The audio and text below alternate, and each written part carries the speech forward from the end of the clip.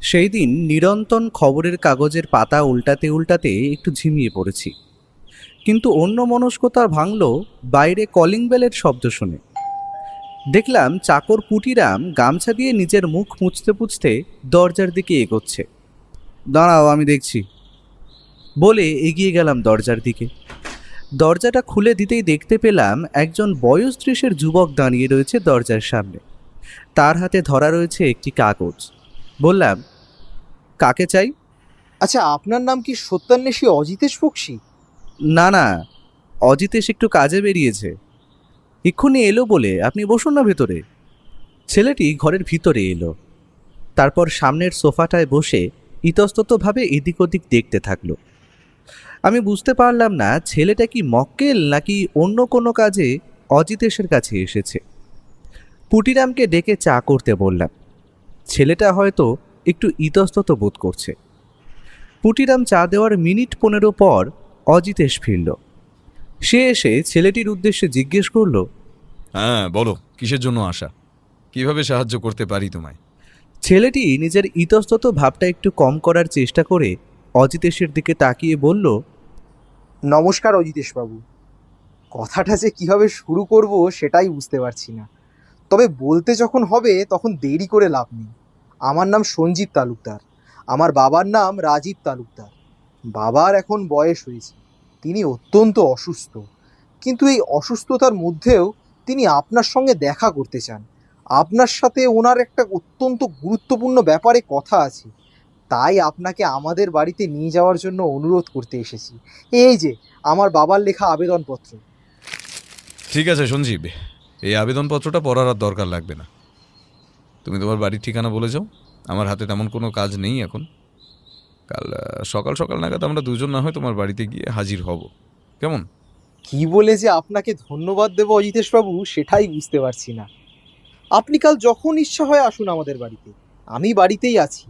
বালিগঞ্জ এলাকার ওই যে সেন জুয়েলার্স আছে না, সেই দোকানটার উল্টো দিকেই আমাদের বাড়ি। বাড়ির বাইরে দেখবেন বড় বড় ফলকে লেখা আছে তালুকদার ভিলা। আপনাদের আশা করি পৌঁছাতে কোনো অসুবিধাই হবে না। তবু যদি কোনো অসুবিধা হয়, এই যে আমার কার্ড, এই কার্ডের নিচে দেখছেন ওই যে নাম্বারটা রয়েছে, ওটাই আমার টেলিফোন নাম্বার। ওখানে আপনি ফোন করে নেবেন। ছেলেটি নিজের কার্ডটি অজিতেশের দিকে এগিয়ে দিল। সে সেটা নিজের পকেটে চালান করে দিয়ে বলল, ঠিক আছে। বলেই সঞ্জীব বলে ছেলেটি উঠে দাঁড়ালো। তারপর আবার নমস্কার করে এগিয়ে গেল দরজার দিকে।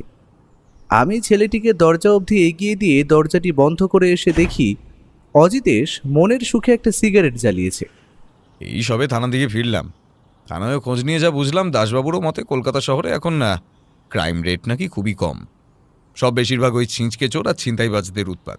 তার মানে তুমি বলতে চাইছো নতুন কেস পাওয়ার আশাই থেকে যাবে? আর এদিকে যা অবস্থা, বুঝতে পারছি নতুন কেস না পেলে যে উনুনে হাঁড়ি চড়বে না। কথাটা বললাম ঠিকই, তবুও আমি জানি যে ও ওইসব টাকা ফাঁকার ব্যাপার নিয়ে বেশি মাথা ঘামায় না। ওর আগের কেসটায় মক্কেলের থেকে বেশ ভালো আমদানি হয়েছিল, তাই এখন আর বসে খেতে তার বাঁধা নেই। তবে দেখা যাক এই ছেলেটি কাল কিসের জন্য অজিতেশকে ডেকে পাঠাল। নতুন কেস হলে তো ভালোই হবে। আমার কথা শুনে অজিতেশ ওর পাশে রাখা খবরের কাগজটা একবার হাতে তুলে দেখে আবার নিচে নামিয়ে রাখল। পুরো দিনটা অলসভাবে কাটানোর পরের দিন সকাল সকাল আমরা ট্যাক্সি নিয়ে বেরিয়ে পড়লাম তালুকদার ভিলার উদ্দেশ্যে। ঠিকানা খুঁজে পেতে তেমন কোনো অসুবিধেই হলো না। এই দিকটা অজিতেশ খুব ভালো মতোই চেনে। কলকাতা শহরের ব্যস্ত অলিগলি পেরিয়ে আমরা পৌঁছালাম সেন জুয়েলার্সের অপর দিকের তালুকদার ভিলার সামনে। ট্যাক্সি থেকে নেমেই সবার প্রথম যেটা চোখে পড়ল তা হলো বাড়ির ওপরে বড় বড় অক্ষরে সাইনবোর্ডে লেখা তালুকদার ভিলা, নিচের সাল 1945। আমরা আর অপেক্ষা না করে এগিয়ে গেলাম বাড়ির সদর দরজায়। সঞ্জীব উপরের দোতলার ঘর থেকে আমাদের দেখতে পেয়ে এগিয়ে এসেছে আমাদেরই দিকে। আরে আসুন আসুন অজিতেশবাবু, আমি সকাল থেকে আপনাদের জন্যই অপেক্ষা করে বসে আছি। বাবাকেও বলে রেখেছি যে আজ আপনারা আসছেন। এমা, বাড়িতে প্রবেশ করার আগে বাড়ির বর্ণনাটাই তো দেওয়া হলো না। অজিতেশ বলে, গল্প লেখার সময় যেখানে যাচ্ছ সেই জায়গাটার একটা ছোটোখাটো ধারণা পাঠককুলের মনে প্রতিচ্ছবি হিসাবে এঁকে দিতে পারলে তুমি লেখক হিসেবে অত্যন্ত নিপুণ। তাই অজিতেশের কথা মতোই লিখছি। বাড়িটা মোট মিলিয়ে 3 তলা। নিচের তলায় মোট মিলিয়ে 3-4টে ঘর হবে। আর সব থেকে অদ্ভুত বিষয় হলো নিচের তলার সব কটা ঘরই তালা বন্ধ। তবে মাঝের তলায় মোট 3টে ঘর, প্রতিটি খোলা। আর এইগুলোতেই যে বাড়ির লোকজন থাকেন সেটা আর বলে দিতে হয় না। তবে 3 তলাটা দেখলাম 1 তলার মতনই বন্ধ। তবে সব থেকে আশ্চর্যের বিষয় হলো বাড়িটা পুরনো হলেও এটার বয়স অনুমান করা সহজ নয়। গৃহস্বামী যে নিজের বসবাস স্থান বিষয়ে ভালোই সচেতন তার বলে দিতে হয় না। দোতলায় পূর্ব দিকের একটা ঘরের দিকে এগিয়ে গিয়ে বুঝতে পারলাম এটাই সঞ্জীবের বাবা রাজীব তালুকদারের ঘর। আমরা ঘরে প্রবেশ করতেই দেখতে পেলাম পুরনো আমলের হেলানো চেয়ারে মাথা দিয়ে বসে আছেন একজন শীর্ণকায় বয়স্ক ভদ্রলোক। বসে আছেন বললে ভুল হবে, কারণ ভদ্রলোক একরকম শুয়েই আছেন চেয়ারে। আমাদের আসতে দেখে তিনি একটু নিজের চেয়ারটা সোজা করে উঠতে যাচ্ছিলেন। অজিতেশ ওনার উদ্দেশ্যে বলল, না না রাজীববাবু, উঠতে হবে না, আপনি বসুন বসুন, আমরা নিজেরাই বসে পড়বো, আপনাকে এই অসুস্থ শরীরে ব্যস্ত হতে হবে না আর। সঞ্জীব ছুটে গিয়ে 2টো চেয়ার এনে রাখলো আমাদের সামনে। আমরা দুজন সেটায় বসলাম। অজিতেশ বলল, বলুন, আমায় এখানে ডেকে পাঠানোর কারণ কি? রাজীববাবু দেখলাম হাতের ইশারায় নিজের ছেলেকে চলে যেতে বললেন। সঞ্জীবও দেখলাম বাক্য ব্যয় না করে বেরিয়ে গেলেন ঘরের বাইরে। সঞ্জীব বেরিয়ে যেতেই রাজীববাবু এক দীর্ঘ নিঃশ্বাস নিয়ে বলা শুরু করলেন, নমস্কার অজিতেশ বাবু। আমার নাম আপনি শুনেছেন সেটা আমি আশা করি না। কয়েকজন কোটিখানেক লোক ছাড়া আমার নাম তেমনভাবে কেউই জানে না। আমি পেশায় একজন লেখক।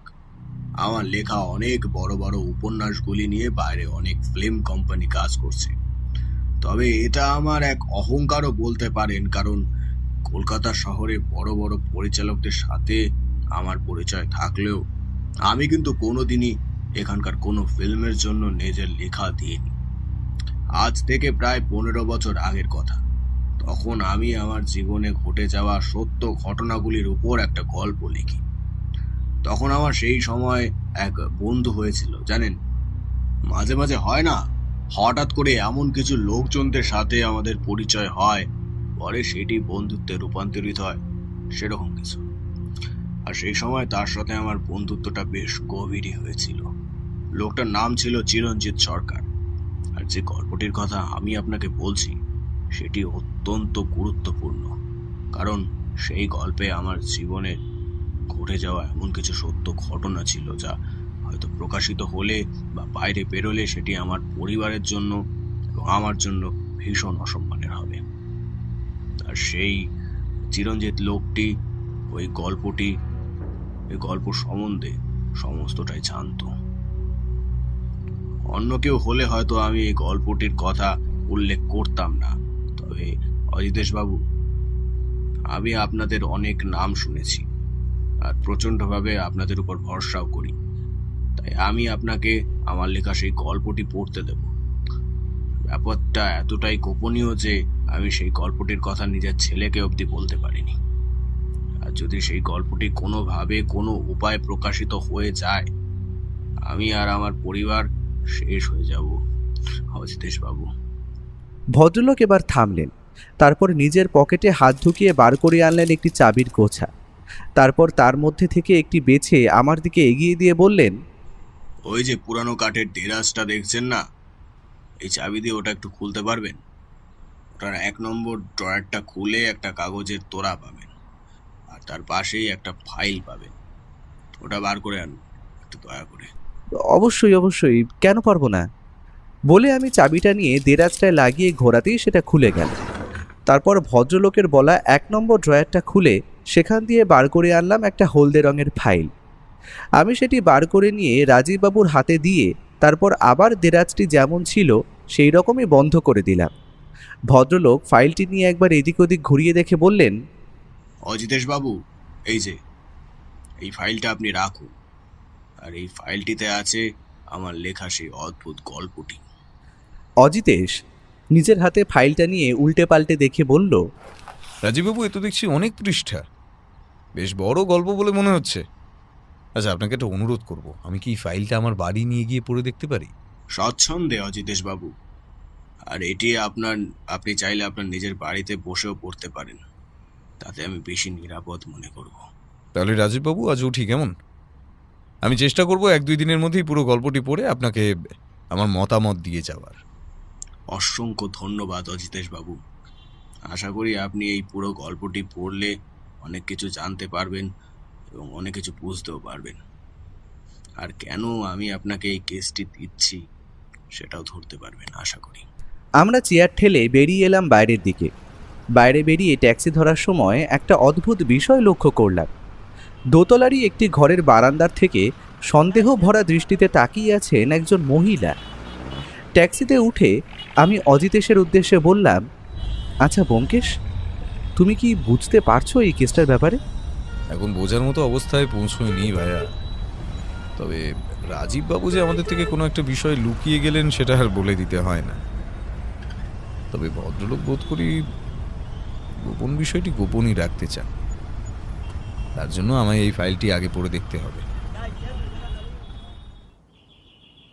বাড়িতে এসে প্রথমেই 2 কাপ চা বানাতে বলল অজিতেশ।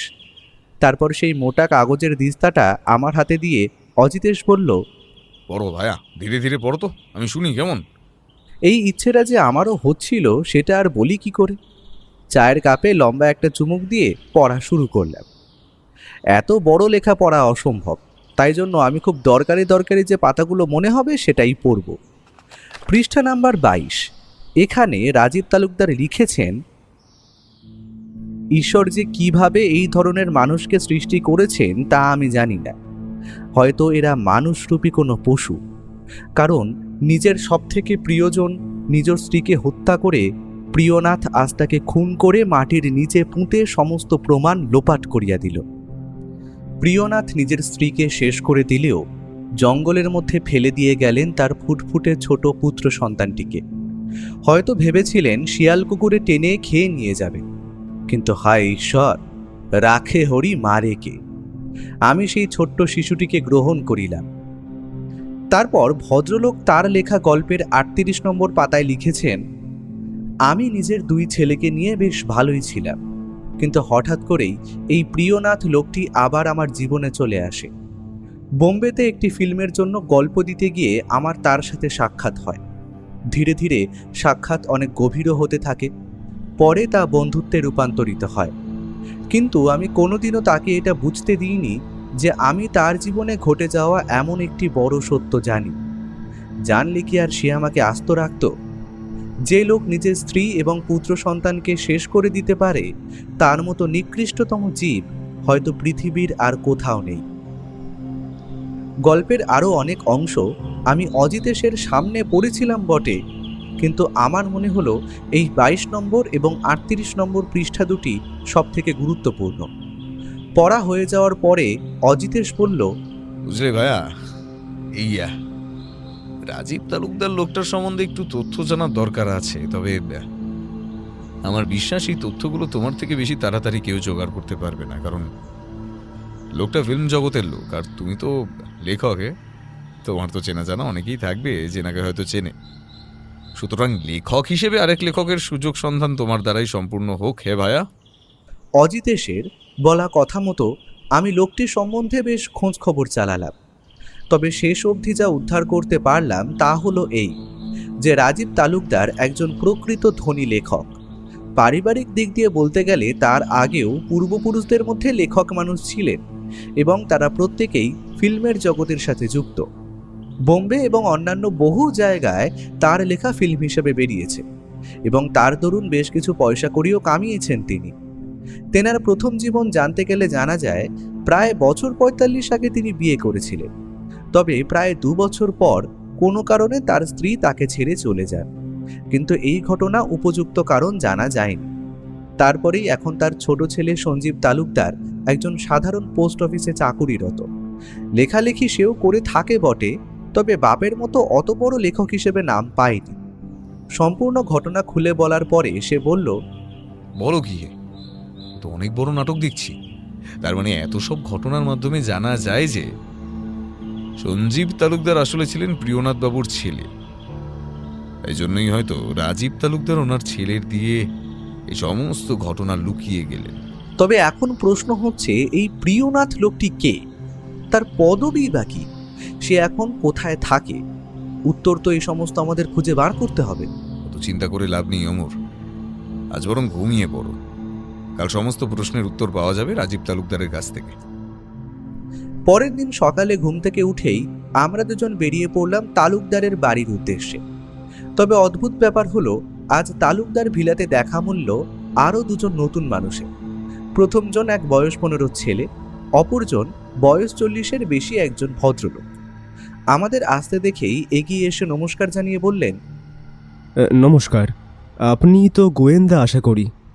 আগের দিন আপনারা যে এই বাড়িতে এসেছিলেন তার খবর আমি পেয়েছি, তাই আজ আসবেন বুঝে আলাপ জমাতে এলাম আর কি। তা আজকাল সত্যান্বেষণ ছেড়ে দিয়ে লেখালেখি শুরু করলেন নাকি? হ্যাঁ। আমি বুঝলাম ভদ্রলোক অজিতেশের কাছে থাকা রাজীববাবুর লেখা গল্পটির দিস্তা কাগজের তোড়া দেখে এই মন্তব্য করেছেন।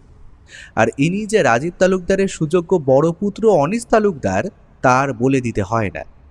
আর আগের দিন যে মহিলাটিকে আমি এবং অজিতেশ বারান্দায় দাঁড়িয়ে থাকতে দেখেছিলাম, তিনি যে এই অনিশবাবুর স্ত্রী ছিলেন তা আজ স্পষ্ট। অজিতেশ হাসি মুখে উত্তর দিল, না না অনিশবাবু, আমি আবার লেখক হতে যাব কেন? আমার এই বন্ধুটি লেখক, স্বনামধন্য। আমার কারবার খালি সত্য অনুসন্ধান নিয়েই। অনিশবাবু অজিতেশের কথা শুনে হাসি মুখে বললেন, আচ্ছা আচ্ছা, যান গিয়ে বাবার সঙ্গে দেখাটা করে আসুন। কি বলেন আবার কে জানে। আমরা এবার এগিয়ে গেলাম রাজীব তালুকদারের ঘরটির উদ্দেশ্যে। ঘরে প্রবেশ করেই দেখি সঞ্জীববাবু তার পিতাকে ওষুধ খাইয়ে দিচ্ছিলেন। আমাদের দেখে সঞ্জীববাবু উঠে দাঁড়িয়ে নমস্কার জানিয়ে বললেন, আসুন আসুন অজিতেশবাবু, বাবার এই সময় একটা ওষুধ থাকে, সেটাই দিচ্ছিলাম আর কি। আপনারা কথা বলুন, আমি এক্ষুনি চা পাঠিয়ে দিচ্ছি। তা পড়েছেন কাগজগুলো? পড়লাম, তবে এই প্রিয়নাথ লোকটি সম্বন্ধে আপনি যতটুকু তথ্য দিয়েছেন সেটিতে আমি সন্তুষ্ট হতে পারিনি। এমনকি লেখায় লোকটার পদবীরও উল্লেখ নেই। আচ্ছা, আপনি কি লোকটা সম্বন্ধে আমাদের আরো কিছু তথ্য বলে অবগত করতে পারবেন? আসলে অজিতেশ বাবু, আমি লেখায় যে নাম উল্লেখ করেছি সেই লোকটি কিন্তু আসল নাম নয়। আমি যদি এখানে আসল নাম উল্লেখ করতাম তাহলে আপনি অতি সহজেই লোকটিকে চিনতে পারতেন। অমরজিৎ বাবু, একটা কাজ করুন, আপনি বরং ওই পাশের ড্রয়ারটি খুলুন, সেখান থেকে আপনি কয়েকটি চিঠি পাবেন। আমি ভদ্রলোকের কথা মতো ড্রয়ারটি খোলার সাথে সাথে সেখানে আবিষ্কার করলাম কিছু হলদে হয়ে যাওয়া পুরনো চিঠির খাপ, এবং তার মধ্যে মারা রয়েছে লোকাল পোস্ট অফিসের স্ট্যাম্প। আমি চিঠিটি খুলে সেটি পড়ে অজিতেশের হাতে দিলাম। সেখানে লেখা আছে, প্রিয় রাজীব, তোমার পূর্বের বলা সেই ঘটনাটি আমার কিন্তু আজও মনে। বহুকাল তোমার সাথে দেখা সাক্ষাৎ নাই হে বন্ধু, কিন্তু লোকটি ইতিহাস তুমি নিজের কাছে লুকাইয়া রাখিয়াছ, সেটি কিন্তু শুধু তুমিই জানো না, জানি আমিও। সুতরাং তুমি যদি এই ঘটনার গোপনীয়তা গোপন রাখতে চাও তবে কিন্তু মোট মিলিয়া 50,000 টাকা আমায় পাঠাইয়া দিও, নয়তো আমি নিজের পরের লেখায় সমস্ত ঘটনা বর্ণনা করিয়া পাঠককুলের কাছে প্রকাশ করিয়া দেব, যা হয়তো ভালো ব্যাপার হইবে না। ইতি তোমার অতীতের বন্ধু। চিঠিটা দেখা শেষ হওয়ার সাথে সাথেই অজিতেশ রাজীববাবুর উদ্দেশ্যে বলল, আচ্ছা রাজীববাবু, আপনি কি নিজের লেখাই গল্পটিতে কোনোভাবে এই 27 নম্বর পৃষ্ঠাটি ছিঁড়ে ফেলেছিলেন? কারণ আমি যখন এই লেখাটি পড়ছিলাম তখন আবিষ্কার করি এই অদ্ভুত ঘটনাটি, যেখানে লেখার 27 এবং 28 নম্বর পাতাটি যেন কেউ ছিঁড়ে নিয়েছে। রাজীববাবু কথাটা শুনে যেন চমকে উঠলেন। এ কি বলছেন আপনি? এ কি করে সম্ভব? লেখাটির কথা খালি আমি, আপনারা এবং আমার ওই পুরাতন বন্ধু ছাড়া কেউ জানে না। তবে কিভাবে সেটি হারিয়ে গেল? এ যে অসম্ভব কাণ্ড। আচ্ছা, আপনার বাড়ির অন্য কেউ কি এই কাজ করতে পারে বলে মনে করেন? না অজিতেশ বাবু, এ ঘরে তো কেবল প্রবেশ করে আমার চাকর ছোট ছেলে সঞ্জীব, আর মাঝে সাঝে অনিশের ছেলেটি আসে। দাদু ভাই আমায় খুব ভালোবাসে, তাই আসে মাঝে সাঝে।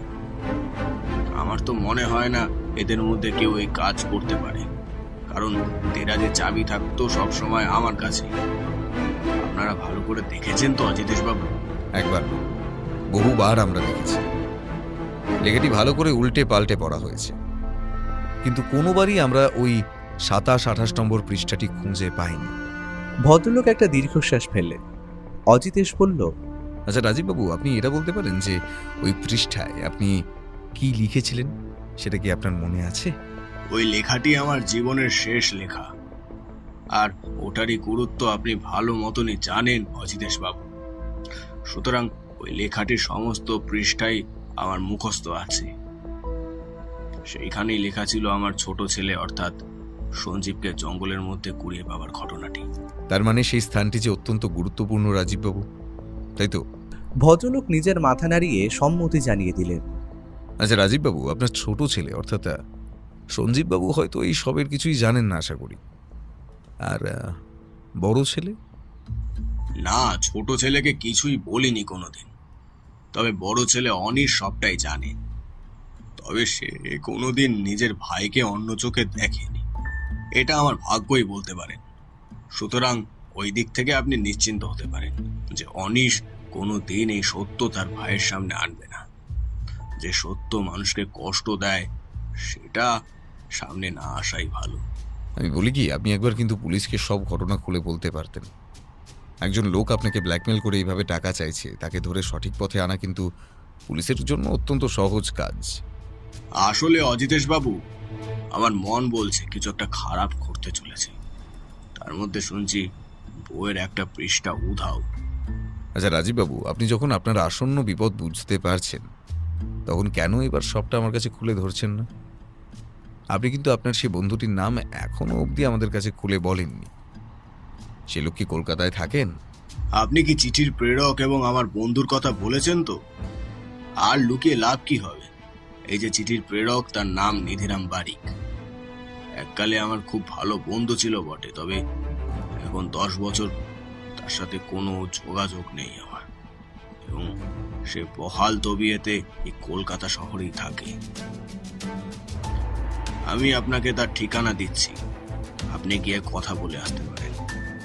আমার যা অবস্থা দেখছেন আপনি, এই ঘরে কি বিছানা ছেড়ে উঠে যাওয়ারও ক্ষমতা নেই আমার। অসংখ্য ধন্যবাদ রাজীববাবু। তবে আপনার গল্পে লেখা প্রিয়নাথ চরিত্রের লোকটির আসল নাম কিন্তু আপনি এখনো আমাদের জানাননি। তবে এখনো সময় আছে।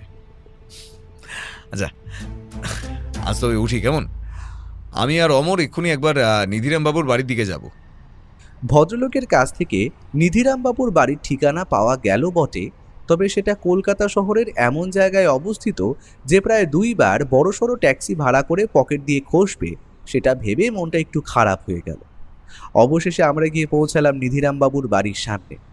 ঠিকানা অনুযায়ী খুঁজে পেতে অসুবিধে হয়নি। আমরা গেটের বাইরে থেকেই বেল দিতেই দরজা খুলে দিল একজন চাকর। কাকে চাই? আচ্ছা, এটা কি নিধিরাম বাবুর বাড়ি? আর উনি কি বাড়ি আছেন? হ্যাঁ, এটা ওনারই বাড়ি। বাবু বাড়িতেই আসেন। আপনারা আসেন। আমরা ভিতরে গিয়ে বসার সাথে সাথেই বুঝতে পারলাম লোকটির পসার বা অবস্থা বেশ ভালো, কারণ বাড়িটা সাজানো নানা রকমের দামি দামি আসবাবপত্র দিয়ে। এই লোক যে কাউকে চিঠি লিখে ব্ল্যাকমেল করে টাকা চাইতে পারে, কেন জানি না আমার বিশ্বাস হলো না। মিনিট খানেক বসার পর আমাদের সাথে দেখা করতে এলেন একজন বয়স 50-এর ভদ্রলোক। পরনে সাদা রঙের ধুতি এবং ওপরে একটা সাদা স্যান্ডো গেঞ্জি, চোখে গোল ফ্রেমের চশমা। তবে শরীরের গড়ন অনুযায়ী ওনার মুখের মোটা গোঁফটা যেন মানাচ্ছে না। ভদ্রলোক আমাদের দেখেই বলে উঠলেন, আরে বসেন সত্যান্বেষী অজিতেশ বক্সী বাবু। কি সৌভাগ্য আমার, আপনাদের পদধূলি পড়েছে আমার বাড়িতে। আপনার এই বন্ধুটির লেখাও কিন্তু আমি অনেক পড়েছি। তা আজ আমার বাড়িতে কি মনে করে? পেপারে বহুবার অজিতেশের ছবি বেরোনোর কারণে বোধ করি লোকটি অজিতেশকে চিনতে পেরেছে। তবে অজিতেশ বেশি ভনিতা না করে সোজাসুজি প্রশ্ন করল, আচ্ছা নিধিরাম বাবু, আপনি এবং রাজীব তালুকদার একসময় ভালো বন্ধু ছিলেন আশা করি। আর আপনি তার জীবনে এমন কিছু গোপন তথ্য জানেন যা হয়তো কেউ জানে না, তাই তো? তা জানি বটে, কিন্তু তার সাথে তো আমার প্রায় দেখা সাক্ষাৎ হয় না প্রায় 10 বছর আগে। সে কি কোনো তদন্তের জন্য আপনাকে আমার কাছে পাঠিয়েছে নাকি? তবে আমি সোজাসুজি বলে দিতে চাই, আমি আপনাকে এ বিষয়ে কোনো সাহায্য করতে পারবো না। সাহায্য করবেন না সেটা আপনার ব্যাপার, তবে একজন অসুস্থ লোককে এইভাবে চিঠি লিখে ব্ল্যাকমেল করে টাকা চাওয়ার ব্যাপারটা আপনার মতো মানুষকে শোভা দেয় না। আপনি যা করার করে নিন অজিতেশ বাবু। আমি আমার দিক থেকে আর কিছু তথ্য আপনাকে দিতে পারবো না। আপনি একজন গোয়েন্দা, সুতরাং সত্য কি সেটা নিজেই খুঁজে বার করুন। সেটাই যে আপনার কাজ। তবে আজ উঠুন আপনারা। আপনি কি আমাদের সেই লেখার বর্ণিত যে লোকটিকে এবং তার ঘটনা লুকোনোর চেষ্টা চলছে তার নাম আমাদের বলতে পারেন? গল্পে হয়তো আপনি আলাদা নাম পেয়েছেন লোকটির, তবে সেই লোক যে সে লোক নয়। সিঙ্গানিয়া লোক বেজায় খারাপ। তার অতীতের ঘটনা ফাঁস হলে সে যে রাজীব আর তার পুরো পরিবারকে শেষ করে দিতে পারে, সেটা আপনার মক্কেলের জেনে রাখা উচিত। ধন্যবাদ, আজ আপনারা উঠুন। লোকটা যে তাড়াতাড়ি আমাদের বার করে দিতে চাইছে সেটা বুঝতে পারলাম। তবে এখানে এসে একটা তথ্য পাওয়া গেল যে লোকটির কথা গল্পে উল্লেখ আছে প্রিয়নাথ বলে, তার পদবি হয়তো সিংহানিয়া। তবে নাম সেটা খুঁজে বার করতে হবে আমাদেরই। বাড়ি ফিরে অজিতেশকে নিধিরাম লোকটির ব্যাপারে জিজ্ঞেস করায় সে বলল, নিশ্চিত লোকটা বেশ চালাক এবং ধরিবাজ। তবে আমি বাজিয়ে দেখে যা বুঝেছি, লোকটা চিঠি লিখে রাজীববাবুকে ব্ল্যাকমেল করতে পারে না। সে এত বছর ধরেই তো ঘটনাটা জানতো। আর সিঙ্গানিয়া একজন ফিল্ম জগতের লোক, আশা করি সে তো তাকেই সরাসরি ব্ল্যাকমেল করে টাকা চাইতে পারত। সেক্ষেত্রে টাকার পরিমাণ সে পেত অনেক বেশি। তার মানে তুমি বলতে চাইছো নিধিরাম লোকটা খালি ধরিবাজ কিন্তু চিঠি লেখেনি? তার প্রমাণও আমি পেয়েছি, কারণ লোকটার বসার ঘরে আমাদের যেখানে বসতে দিয়েছিল তার সামনে টেবিলে একটা বাজারের ফর্দ পড়েছিল। সেটা যে তারই লেখা তাতে আমার কোনো সন্দেহই নেই। আর সেই হাতের লেখার সঙ্গে চিঠিতে দেখা হাতের লেখার কোনো মিলই নেই। তবে চিঠি যখন সে লেখেইনি, তবে লিখলোটা কি? যেই লিখেছে তার এখন প্রচণ্ড পরিমাণে টাকার প্রয়োজন, আর তাই জন্যই সে রাজীববাবুকে ব্ল্যাকমেল করছে। তবে সেটা যে কে সেটাই খুঁজে বার করতে হবে আমাদের। সেই দিন কোনো রকম এই কেসটি সম্বন্ধে আমাদের কথা হয়। তবে অজিতেশ সে যে কেসটা নিয়ে সারাদিন ভাবছে তা আমি বুঝতে পারলাম তার ঘন ঘন সিগারেট খাওয়া এবং কপালের কাছের ভ্রুকুটিটা দেখে। সে যে অ্যাস্ট্রেতে বড় একটা ছাইয়ের স্তূপ করে ফেলেছে সেটা হয়তো নিজেই জানে না। তবে রাতের দিকে খাওয়া দাওয়ার পর একটা টেলিফোন এলো। অজিতেশ সেটা তুলে নিয়ে বলল, হ্যালো, হ্যাঁ অজিতেশ বক্সি বলছি। হ্যাঁ বলুন দাসবাবু, কি মনে করে? ফোনের আওয়াজ স্পিকারেই ছিল, তাই দাসবাবুর কথা স্পষ্ট শুনতে পেলাম। হ্যাঁ বলছি, একজন প্রাক্তন ফিল্ম জগতের লোক লাল বাহাদুর সিংহানিয়া খুন হয়েছেন। যদি আপনি আসতে চান আসতে পারেন। ব্যাপারটা কিন্তু অত্যন্ত সন্দেহজনক। কি নাম বলেন যেন? লাল বাহাদুর সিংহানিয়া, তাই তো? হ্যাঁ হ্যাঁ, উনি উনি। কেন বলুন তো, আপনি কি লোকটিকে চিনতেন নাকি? আমি এক্ষুনি আসছি, এসেই না হয় সবটা আপনাকে খুলে বলবো। আচ্ছা, আপনি কি একটু গাড়ি পাঠাতে পারবেন? আচ্ছা ঠিক আছে ঠিক আছে, আপনারা সবাই তৈরি হয়ে থাকুন। ওই মিনিট 15-র মধ্যে গাড়ি এসে আপনাদেরকে নিয়ে যাবে, ঠিক আছে? ততক্ষণ আমি সামলাই এদিকটা। দাসবাবুর কথা মতো গাড়ি আমাদের নিয়ে গেল খুনের স্থানে। অজিতেশকে ঘটনা শোনার পর থেকেই যেন আরো অনেক বেশি উত্তেজিত মনে হচ্ছে। তবে সেটার যে কারণ কি তা আমি জানি না। ঘটনাস্থলে পৌঁছে দেখি একটি ধুতি পাঞ্জাবি পরা বেশ লম্বা এবং ফর্সা গড়নের লোকের মৃতদেহকে ঘিরে বেশ লোকের জমায়েত সৃষ্টি হয়েছে। লোকটার এই বয়সেও বডি ফিটনেস এবং মুখের গড়ন দেখে সহজেই আন্দাজ করা যায় যে ইনি কোনো বড় মাপের অভিনেতাই ছিলেন। পুলিশ লোক ঠেলে আমাদের সামনে যাওয়ার ব্যবস্থা করে দিল। খুব ভালো করে পরিদর্শন করে দাসবাবুর উদ্দেশ্যে বলল, লোকটাকে খুন করা হয়েছে বটে, তবে সেটা এখানে নয়। খুন করা হয়েছে প্রায় অনেকক্ষণ আগে, কারণ গুলি লাগার জায়গাটা থেকে রক্ত বেরিয়ে সেটা জমাট বেঁধে গেছে। আমার অনুমান বলে এখানে এসে বডিটা ফেলে যাওয়া হয়। সে যাই হোক, বডি পোস্টমর্টমে পাঠানোর ব্যবস্থা করুন। রিপোর্ট এলে সব জানা যাবে। খুনের জায়গাটা আশপাশটা ঘুরে অজিতেশ আরও যেন কিছু একটা খুঁজতে লাগলো। এখন যা বুঝছি করার কিছুই নেই আপাতত। যতক্ষণ না ওই ফরেনসিক টেস্টের রিপোর্টটা আসছে ততক্ষণ এখানে মনে হয় হাত গুটিয়ে বসেই থাকতে হবে আমাদের। দাসবাবু ব্যস্ত হয়ে কয়েকটা সাব কনস্টেবলকে দায়িত্ব দিয়ে ভিড় ঠেলে একটু ফাঁকা জায়গা বানালো। ওনার সাথে এলো একটি বছর 30-এর মেয়ে এবং একটি বৃদ্ধ লোক। উভয়ের পোশাক পরিচ্ছদে উচ্চবৃত্ততার ছাপ। বয়স্ক ভদ্রলোক বললেন, আমার নাম পিনাকি সরকার, ইন্সপেক্টর সাহেব। আমি সিঙ্গানিয়া বাবুর ম্যানেজার। এই মিনিট ৪৫ আগে উনি বাড়ির থেকে বেরোলেন, বললেন খাওয়ার পরে একটু রাস্তায় হাঁটলে রাতের ঘুমটা ভালো হয়। মদের অভ্যেসটা ছাড়ানোর পর বেশ কয়েকদিন ধরে এইরকম চলছিল। কারোর সাথে কোনো শত্রুতা না, কিছু না। আজ যে কি হয়ে গেল। আপনি কি সিংহানিয়া বাবুর মেয়ে? সে ইতিবাচক মাথা নাড়ল। অজিতেশ প্রশ্ন করল, আপনি কয়েকদিন ধরে আপনার বাবার মানসিক অবস্থার ব্যাপারে জানাতে পারবেন? মেয়েটি ভাঙা গলায় বলল, আমার আমার বিয়ে হয়ে গেছে বছর ৫ আগে। বাবার অমতে বিয়ে করেছিলাম বলে আমার সাথে কোনো সম্পর্ক রাখিনি। এই দিন ২ হলো আমি বাড়িতে ঘুরতে এসেছি।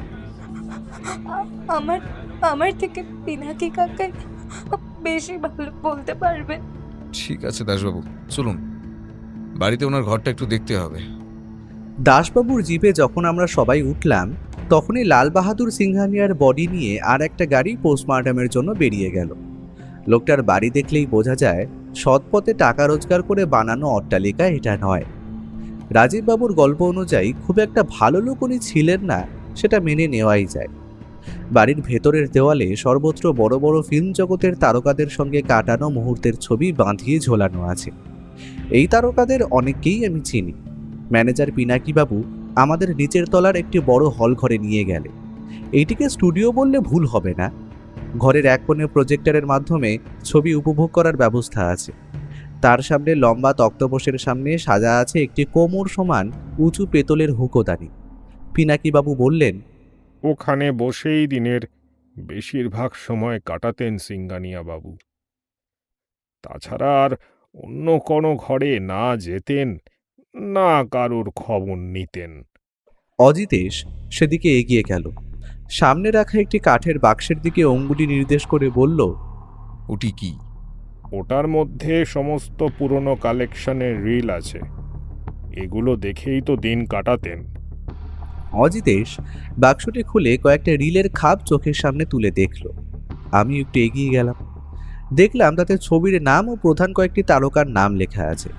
বোধহয় এগুলো সিংহানিয়া লোকটা নিজেই লিখেছে। এমন সময় চোখে পড়ল জিনিসটা। দেখলাম একদম রিলের একটি খাপের থেকে ছোট কাগজের অংশ কিছুটা বেরিয়ে আছে। কৌতূহলবশত বললাম, অজিতেশ দেখো তো, ওটা কোনো চিঠি নাকি? অজিতেশ খামটি বের করলো। তারপর যে কাগজের টুকরোটি ওই খামের ভেতর থেকে বেরোলো, তা দেখে আমি স্তম্ভিত হয়ে সেদিকে চেয়ে রইলাম। দেখলাম এটি সেই লেখা গল্প থেকে উধাও হয়ে যাওয়া পাতাটি, অর্থাৎ ২৭-২৮ নম্বর পৃষ্ঠা রাজীববাবুর লেখার কাহিনীর। আমিও অজিতেশ মুখ চাওয়াচাই করলাম। দাসবাবু বললেন, ওটি কি? জখের ধন। চলুন, আমাদের বাড়িতে চলুন, বাকি সবটা বলছি। পিনাকি বাবু চিন্তা করবেন না, খুব শীঘ্রই আততায়ীকে পুলিশের হাতে তুলে দেব। আমরা বাড়িতে ফিরে এলাম। সিঁড়ি দিয়ে ওঠার সময় শুনতে পাচ্ছিলাম ঘরের ভেতরে টেলিফোনটা বাজছে। অজিতেশ দ্রুত পায়ে এসে রিসিভারটা তুলে নিল। হ্যাঁ, মিস্টার বক্সি বলছি। কি অজিতেশ বাবু, সিংহানিয়া তো মারা গেল। সত্য অন্বেষণ কত দূর? নিধিরাম বাবু এই খবরটা যখন পেয়েছেন তখন নিশ্চিত থাকুন, উনি ধরা পড়লে সেই খবরটাও পেয়ে যাবেন। ধন্যবাদ আমার খবর নেবার জন্য। বলে অজিতেশ সজোরে রিসিভারটা রেখে দিল। দাসবাবু প্রশ্ন করলেন, অজিতেশ ব্যাপারটা কি বলো তো? আমি তো কিছুই বুঝতে পারছি না। অজিতেশ তক্তপোষের নিচের শরীরটা এলিয়ে দিয়ে বলল, এমন একটি চাল চালা হয়েছে যা সম্পূর্ণ আমার চোখের সামনে, কিন্তু আমি তার কিছুই বুঝতে পারিনি। দাসবাবু, আপনি আগে সম্পূর্ণটা শুনুন। বলে অজিতেশ দাসবাবুকে সম্পূর্ণ ঘটনাটা পুঙ্খানুপুঙ্খ বর্ণনা করল। ভদ্রলোকের মুখ দেখেই বুঝলাম উনি পুরো ঘটনাটা কতটা অবাক হয়ে শুনছেন। অবশেষে একটা সিগারেট ধরিয়ে বললেন, সবই তো বুঝলাম অজিতেশ, তাহলে এখানে সিংহানিয়ার ঘরে ওই কাগজটি গেল কিভাবে? সব বুঝতে পারবেন, একটু অপেক্ষা করুন। পরদিন সকালে দাসবাবু ফরেন্সিক রিপোর্ট নিয়ে আমাদের বাড়িতে এলেন। বললেন, অজিতেশ, তুমি ঠিকই বলেছিলে। খুন হয়েছে আনুমানিক রাত 10টা 5 নাগাদ। তারপরে বডিটা সেইখানে ফেলে দিয়ে যাওয়া হয়। হ্যাঁ, জানতাম আমার অনুমানই সঠিক হবে। আমরা এবার একটু বেরোবো তালুকদার বাড়ির উদ্দেশ্যে। আপনাকে নিয়ে যাওয়া যাবে না, কিন্তু আপনি ফোর্স নিয়ে তৈরি থাকবেন, কারণ অতিথি আপ্যায়ন আপনাকেই করতে হবে। দাসবাবু সম্মতি প্রকাশ করে চলে গেল। উনি আমাদের ছেড়ে দিতে চেয়েছিলেন, কিন্তু অজিতেশ তাতেও রাজি হলো না। আমরা রিক্সা নিয়ে তালুকদার বাড়িতে পৌঁছে যখন রাজীববাবুর ঘরে প্রবেশ করলাম, তখন আগের দিনের মতো দেখলাম সঞ্জীববাবু তার বাবাকে ওষুধ খাওয়াচ্ছে। অজিতেশ বলল, ওষুধের শিশিটা আমার একটু চাই সঞ্জীববাবু। সে তো ফুরিয়ে গেছে, এই মাত্র নালায় ফেলে দিয়ে এলাম অজিতেশবাবু। আমি এক কাজ করতে পারি, আমি আপনাকে প্রেসক্রিপশনটা দিতে পারি, যাতে ওই ডাক্তারবাবু ওষুধ লিখে দিয়েছিলেন। কোথায় সেটা? সঞ্জীব সঙ্গে সঙ্গে ড্রয়ার থেকে একটি ডাক্তারের নাম ও টেলিফোন নাম্বার সহ কাগজ বের করে অজিতেশের হাতে দিল। দেখলাম তাতে কয়েকটা ক্যালসিয়ামের ওষুধ ছাড়া আর কিছুই লেখা নেই, এবং সবশেষে লেখা আছে একটি হজমের তরল ঔষধ। অজিতেশ জিজ্ঞেস করলো, আচ্ছা রাজীববাবু, আপনার রোগটা কি হয়েছিল জানতে পারি? রাজীববাবু অজিতেশের এই কাজকর্মে কিছুটা বিস্মিত হয়ে পড়েছিলেন। তিনি এবার ধাতস্থ হয়ে বললেন, বিশেষ কিছু নয়, তবে কর্মজীবনে একবার শুটিং দেখতে গিয়ে একটা চলন্ত গাড়ি থেকে পড়ে গিয়েছিলাম। সেই থেকে পিঠের দিকটা একটা চিনচিনে ব্যথা ছিল। তখন বয়স কম ছিল অজিতেশ বাবু, অতটা তখন গুরুত্ব দিইনি। হঠাৎ করেই বছর খানেক আগে থেকে এক জায়গায় বেশিক্ষণ বসে থাকলেই সেই জায়গায় ব্যথা অনুভব করতে শুরু করলাম। সঞ্জীবের তখন সবে সবে চাকরি হয়েছে, বলল আর বেশি কষ্টের কাজ করে লাভ নেই, তার থেকে ধীরে ধীরে বাইরে বেরোনো বন্ধ করে দিলাম। কিন্তু অজিতেশ বাবু, সত্যি বলতে তারপর থেকে আমার শরীরের উন্নতি থেকে বেশি অবনতি হয়েছে। এখন চাকর খাইয়ে দেয় বলে দুটো খেতে পারি। সঞ্জীব স্কুলে চলে গেলে আমি পুরো একা হয়ে যাই। ভদ্রলোকের কথা শুনে মায়া হলো আমার। আপনাদের বাড়িতে প্রবেশ করার জন্য অন্য কোনো জায়গা আছে কি? কই না তো। সিংহানিয়া খুন হয়েছে, খবরটা পেয়েছেন আশা করি আপনি। ভদ্রলোক কথাটা শুনে প্রায় আঁতকে উঠলেন। তারপর বললেন, খুন? কখন, কিভাবে? সব বলবো রাজীববাবু, এবং আপনার খোয়া যাওয়া গল্পটির পাতাটিও উদ্ধার হয়েছে। এত ভালো খবর অজিতেশ বাবু, কোথায় পেলেন সেটা? কেন, সিংহানিয়ার ঘরে। কি অদ্ভুত ঘটনা ব্যোমকেশ বাবু, এটা কিভাবে সম্ভব? মানে আপনি কি নিশ্চিত? অজিতেশ পকেট থেকে ওই 27-28 নম্বর পাতাটি বের করে সমীরবাবুর চোখের সামনে ধরল। তারপরে বলল, দেখুন তো, এটি সেই কাগজ কিনা। ভদ্রলোকের চোখ আটকে গেল কাগজটির দিকে। ঠোঁটের চামড়া কয়েকবার যেন কেঁপে উঠল বিস্ময়ে। অজিতেশ বলল, এই কাগজে সিংহানিয়ার প্রয়াত স্ত্রী এবং তার বাপের বাড়ির সম্বন্ধে আপনি লিখেছেন, যদি আমি খুব ভুল না করে থাকি। এই পাতাটি আমি একবারও অজিতেশের থেকে নিয়ে পড়িনি, তবে এখন ওর মুখে কথাটা শোনার পর মনে হলো আরও কয়েকটা জটিল রহস্য বাড়ল বই কমল না। রাজীববাবু নিচু গলায় বললেন, আমি সেইবার সিংহানিয়াকে নিজের হাতে স্ত্রীকে খুন করতে দেখেছিলাম। তবে আমি বাংলোর যেখানে বসে লেখালেখি করছিলাম তার থেকে খানিকটা দূরেই ছিল একটা জঙ্গল। আর লেখালেখি করে ক্লান্ত শরীরে যখন আমি ঘুরতে ঘুরতে ব্যাপারটা লক্ষ্য করি, তখন বেশ দেরি হয়ে গেছে। আমি লুকিয়ে দেখলাম সিংহানিয়া তখন নিজের মৃত স্ত্রীর দেহটা মাটিতে পুঁতে দিচ্ছে। পাশে শুয়ে অঝরে কেঁদে চলেছে তার একটি দুধের শিশু। আমি তখনই লোক জড়ো করে সবটা মানুষের সামনে আনতে পারতাম, কিন্তু আমি তা করিনি, কারণ সিংহানিয়া লোকটার কাছে থাকতো সবসময় আগ্নেয়াস্ত্র। সে আমাকেও শেষ করে দিত সেই মুহূর্তের মধ্যে। তখন ওই ছোট শিশুটির কি হতো? তাই লোকটা তখন বাচ্চাটিকে জঙ্গলের মধ্যে ছেড়ে দিয়ে গেল। তখন আমি গিয়ে তাকে উদ্ধার করলাম। সঞ্জীব মোটে তখন 10 মাসের বাচ্চা। তাকে বুকে জড়িয়ে নিয়ে আসি বাংলোতে। বড় ছেলে অনিস তখন অনেক ছোট। কোনোদিন সে বুঝতে দেয়নি যে সঞ্জীব আমার আসল ছেলে নয়। একা হাতে মানুষ করা শুরু করি সেই দুধের ছোট শিশুটিকে। আর তখন থেকেই মনের মধ্যে জমতে থাকে ক্ষোভ। কেনই বা এমন করলো সিংহানিয়া? কেন শেষ করে দিতে চেয়েছিল ছোট বাচ্চাটির জীবন? আর তার থেকেই আপনার ভিতর জন্ম নেয় প্রতিশোধের আগুন, তাই তো? হ্যাঁ হ্যাঁ হ্যাঁ, ওই মানুষরূপী পশুটাকে শেষ করতে আমার খুব একটা অসুবিধা হয়নি। আমি খালি এতকাল চুপ ছিলাম সঞ্জীব বড় হয়ে উঠুক তার অপেক্ষায়। তখন সিংহানিয়া বোম্বেতে বড় অ্যাক্টর, তাকে ধরে শাস্তি দেওয়া অসম্ভব। চারিপাশে সে ঘিরে থাকতো অজস্র পাহারায়। তাই তখন তাকে নিজের কুকর্মের সাজা দেওয়া হয়ে ওঠেনি। কিন্তু আমি নিজের লেখা শেষ গল্পে এই সব ঘটনা উল্লেখ করে গেলাম অজিতেশ বাবু। আপনি এটাকে প্রমাণ স্বরূপ ব্যবহার করতে পারেন, আর সিংঘানিয়া যে একজন খুনি ছিল তাও প্রমাণ করতে পারেন। কিন্তু আপনি নিজে খুন করতে গেলেন কেন রাজীববাবু? আইন হাতে তুলে নেওয়ার ক্ষমতা কারো কাছে নেই। আপনি তো পুলিশকেও সবটা জানাতে পারতেন। কি হতো জানিয়ে? সিংঘানিয়ার বয়স এখন 60-এর ওপারে। অত পুরানো মামলা কোর্টে উঠলে এমনি সে মাত্র কয়েক বছরের জেল হয়েই ছাড়া পেয়ে যেত। কিন্তু আমি দেখতে চেয়েছিলাম ওকে ধুকতে ধুকতে মরতে। এত সহজ মরণ আমি ওকে মরতে দিতাম না। অনেকদিন ধরেই সুযোগ খুঁজছিলাম, তবে একদিন জানতে পারি লোকটি অভিনয় ছেড়ে এখন পুরোপুরিভাবে কলকাতায় বসবাস শুরু করেছে। অর্থাৎ তবে থেকেই মনের মধ্যে জেগে উঠল প্রতিশোধের আগুন। খোঁজ নিয়ে জানতে পারলাম লোকটা বিকাল বিকাল নাগাদ রাস্তায় হাঁটতে বেরোয়। তাই বেআইনিভাবে লুকিয়ে একটা বন্দুক জোগাড় করি আমি। তবে শেষ পর্যন্ত লোকটা মৃত্যুর আগে আমার সামনে মাটিতে গড়িয়ে নিজের পূর্বে করা অপকর্মের জন্য শোক প্রকাশ করে। কিন্তু আমার প্রতিশোধের আগুন নেভে লোকটাকে খুন করেই।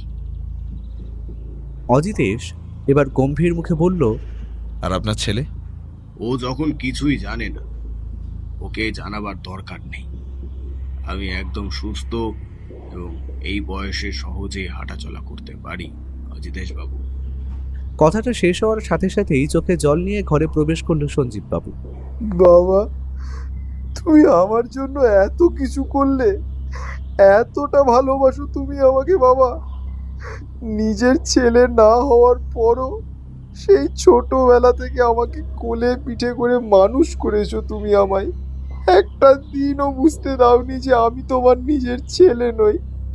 আজ আমি সবটা লুকিয়ে শুনছিলাম দরজার বাইরে থেকে, কিন্তু কিন্তু সত্যটা জানার পর আর নিজেকে আটকে রাখতে পারলাম না। কেন এমন করলে বাবা, কেন কেন? রাজীব তালুকদার নিজের হাত তার ছেলের মাথায় রেখে কান্না ভেজা কণ্ঠে বলে উঠলেন, ভালোবাসা রে বোকা, ভালোবাসা।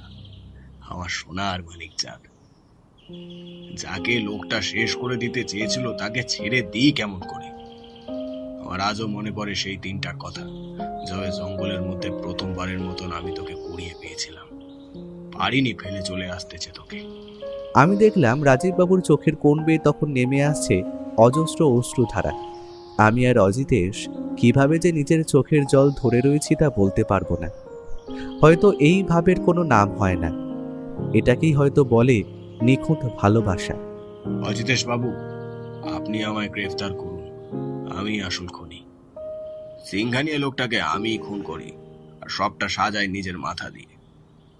আর আপনাকে আমি ডেকে এনে তদন্ত করতে বলি, কারণ আপনি সত্য অনুসন্ধান করেন আর সমস্ত সত্য আপনার মাধ্যমে জানিয়ে দিয়ে যাওয়ার জন্য। আপনার প্রমাণ লাগলে সমস্ত কিছু পেয়ে যাবেন ওই লেখা গল্পটির মধ্যে।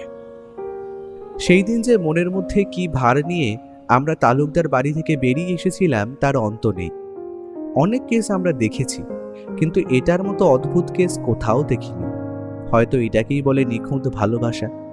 তবে কোর্টে যখন মামলাটা ওঠে, সমস্তটা প্রমাণ হয় যে সিংঘানিয়াই খুনি ছিল, কিন্তু আইন নিজের হাতে তুলে নেওয়ার জন্য লেখক রাজীব তালুকদারের মাত্র 5 বছরের কারাবাস হয়। কিন্তু এই ঘটনা আমি যতদিন বাঁচব ততদিন আমার মনে থাকবে। এটা অজিতেশের কাছে আসা একটা অদ্ভুত কেস রূপে আমার গল্পে স্থান পাবে।